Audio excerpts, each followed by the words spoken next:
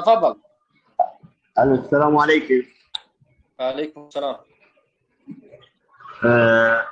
سؤال شيخ، ما حكم المرتد؟ متى تطبق الحكم المرتد عليه؟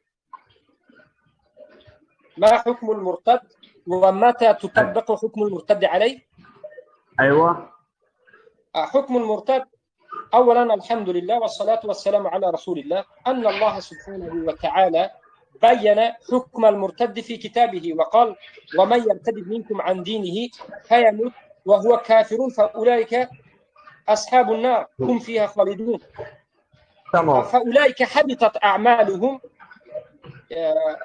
الله سبحانه وتعالى يقول: ومن يرتد منكم عن دينه، الذي يخرج من الدين أو يقع في نواقض من نواقض الإسلام. المسلم تمام. الذي يقع في نواقض من نواقض الإسلام، في الشرك وغير من النواقض الذي بين شيخ الإسلام محمد بن عبد الوهاب رحمه الله وغيرهم من النواقض، فهو مشرك، فهو كافر إن استهزأ، إن وقع في الكفر الأكبر، وإن وقع في الشرك الأكبر فهو مرتد، لأنه نقض إسلامه حينما وقع في نواقض من نواقض الإسلام. فحكمه أن أعماله يهبط، أعماله لا يبقى، حسناته التي عمل به لا يبقى. وإن مات على كفره، وإن مات في حال ردته ولم يتب ولم يرجع على الإسلام إلى الإسلام، فهو خالدا مخلدا في النار، لأن الله سبحانه وتعالى يقول: فأولئك أصحاب النار هم فيها خالدون.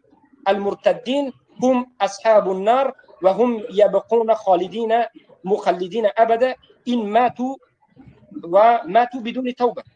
وأما متى يطبق حكم الردة عليهم، المرتدون ينقسمون إلى قسمين: المرتدون الذين هم في الجماعة، والمرتدون المنفردين.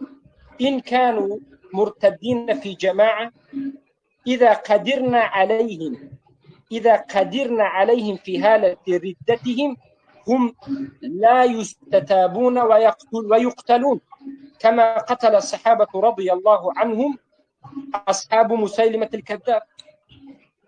هم ولو تابوا قتلوهم وقالوا بينكم وبين الله. ولكن المرتد إن كان منفردا في حالة ردته لا نقتل إلا بعد الاستتابة، كما فعل علي رضي الله عنه حينما قالوا علي إلها، حينما قالوا شيعة علي غلوا في علي وقالوا أن علي هو إله. علي رضي الله عنهم استتابهم 3 أيام، وبعدما ما تابوا قتلوهم وحرقوهم بالنار. بارك الله. طيب، جزاك الله خير. حياك الله. يعني في حكم المرتد لابد أن نفرق مرتد الجماعي ومرتد الانفرادي. بارك الله فيك.